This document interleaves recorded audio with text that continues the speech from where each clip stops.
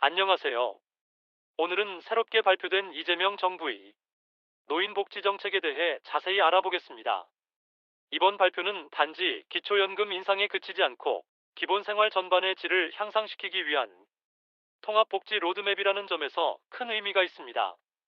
1정부 비전, 기본사회 실현. 이재명 대통령은 모든 국민의 기본적 삶의 조건이 국가 공동체의 책임 아래에 보장되는 기본사회 실현을 핵심 과제로 제시했습니다. 이 비전은 노인 정책에서 특히 강조되는데요. 단순히 경제적 지원을 넘어 존엄한 삶, 돌봄 책임, 사회적 참여까지 포괄하려는 의지가 엿보입니다. 기초연금 확대 및 인상. 정부는 현재 만 65세 이상 소득 하위 70% 기준으로 지급되는 기초연금을 단계적으로 소득 기준 완화해 더 많은 대상에게 확대할 계획입니다. 기존 월 최대 32만 원 수준에서 월 40만 원까지 인상하는 방안 역시 검토 중으로 수혜 규모와 범위가 크게 확대됩니다. 뿐만 아니라 기초연금 부부 감액 폐지를 단계적으로 추진해 부부 모두가 공정한 혜택을 받도록 설계되었습니다.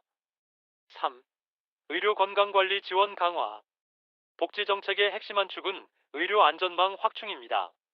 정부는 방문 건강관리 인력을 확충해 만성질환에 대한 정기적인 진단 상담 제공, 고혈압 당뇨 등 관리를 체계적으로 운영할 계획입니다. 또한 치매 조기 진단 및 치료 비용 일부를 국가가 부담하여 노인의 정신 건강을 적극적으로 보호하겠다는 방향도 포함됩니다. 4. 돌봄 서비스 및 간병비 부담 경감. 노인을 지원하는 또 다른 축은 돌봄 서비스 확대입니다. 현재 많은 노인 가구가 간병비 부담으로 자산을 처분해야 하는 상황인데요. 정부는 이를 지원하기 위한 재정 마련을 추진하고 필요시 간병비를 보조하는 시스템을 준비 중입니다. 이를 통해 노인 부모 부양 가족의 경제적 부담을 덜고 노인이 부담 없이 돌봄 서비스를 받을 수 있는 기반을 조성하겠다는 의도가 엿보입니다. 5. 커뮤니티 사회 참여 활성화. 복지는 단지 재정 지원만으로 완성되지 않습니다. 정부는 외로움, 고립감 해소를 위한 커뮤니티 센터를 확대하고 노인 일자리 연계 플랫폼을 마련해 사회 참여 기회를 적극 장려할 계획입니다. 특히 지역 커뮤니티에서 함께 활동하며 삶의 의미를 찾게 하자는 메시지를 통해 단순 소비 지원에서 벗어나 삶의 질 향상 중심으로 정책 방향을 설정했습니다. 6. 기타 혁신 과제 615개 항목. 여기에 더해 6월부터 시행되는 에너지 바우처 지원 등 현장 맞춤형 정책도 다수 포함되어 있습니다. 또한 노인 일자리 확대, 임플란트 지원, 주치의 제도 도입, 정년 65세 연장 등 약 10에서 15억 원의 핵심 복지 로드맵이 동시에 발표되었습니다. 7. 재정 부담과 지속 가능성. 이처럼 포괄적 복지 확대는 물론 정부 재정에 대한 부담도 함께 늘어나게 됩니다.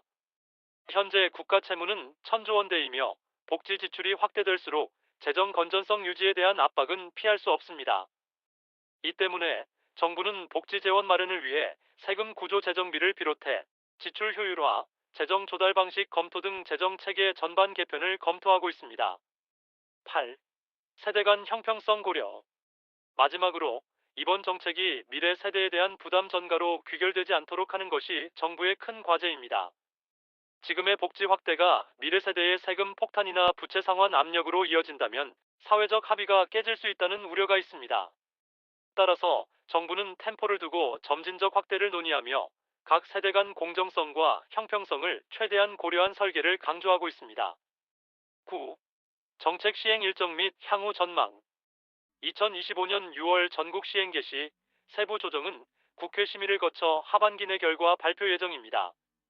지금부터라도 자신과 가족이 어떤 혜택을 받을 수 있을지 적극적으로 관심을 가질 필요가 있습니다.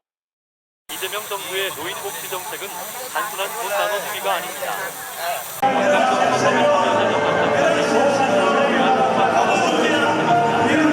하지만 재정 부담과 세대 공정성 문제를 어떻게 조화시킬지 정부의 진정성 있는 설계와 국민적 감시가 절실히 필요한 시점입니다.